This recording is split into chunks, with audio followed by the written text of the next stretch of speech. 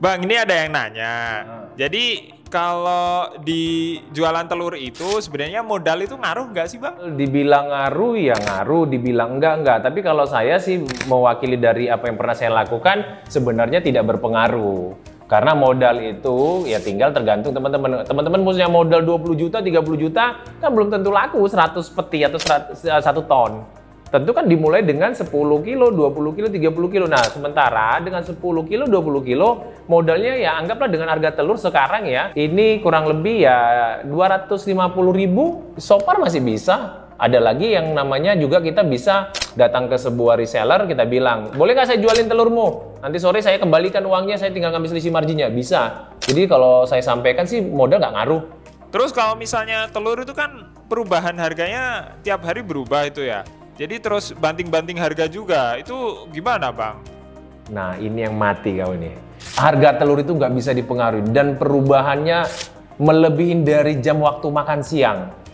Orang kalau makan 3 kali sehari, kalau perubahan harga itu mengikuti banyak asosiasi. Ada yang namanya Dewa Ternak, ada Pusaka, ada Pinsar, pokoknya banyak.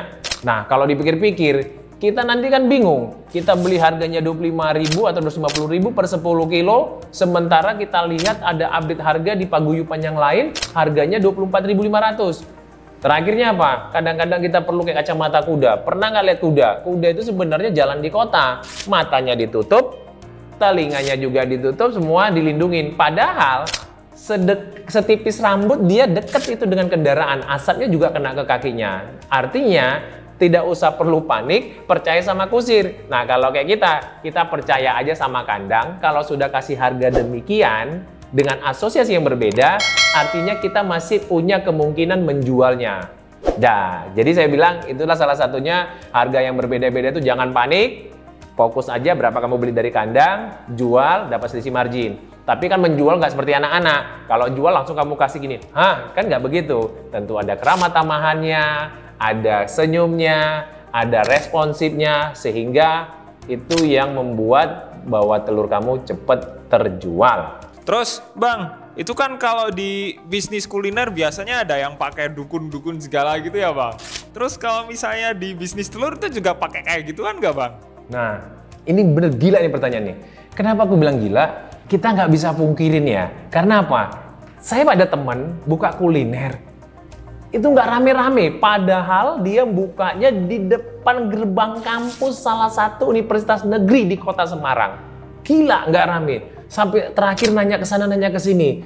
Selama saya berjualan telur, pokoknya kalau saya tipenya begini, saya pokoknya harus lebih gila dari masalah saya.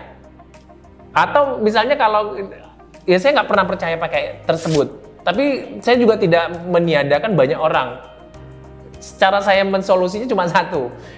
Pokoknya kalau mereka pakai setan, maka kelakuan saya melebihi dari setan. Yaitu apa? Jualan 24 jam. Udah gitu aja. Wah, ini Bang Lader udah bener-bener gila sih. Terus kalau misalnya, ini kan banyak yang nanya-nanya juga. Bang Lader nggak minat bikin kelas aja apa? Itu ide bagus itu ya. Ide bagus, ide bagus.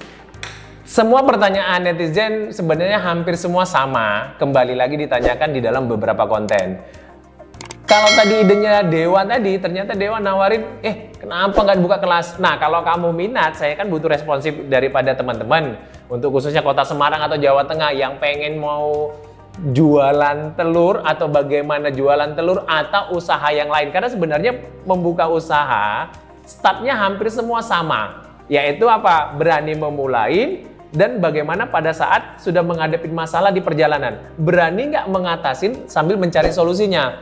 Cuma kan kebanyakan orang tidak ketemu solusinya. Pengennya dapat duit, tapi tidak pengen sakit. Ya kalau kayak gitu, mana mungkin. Kalau kamu mau sakit, tentu kamu harus pernah ngerasakan bagaimana kejepit. Setelah itu baru kamu dapat duit. Nah.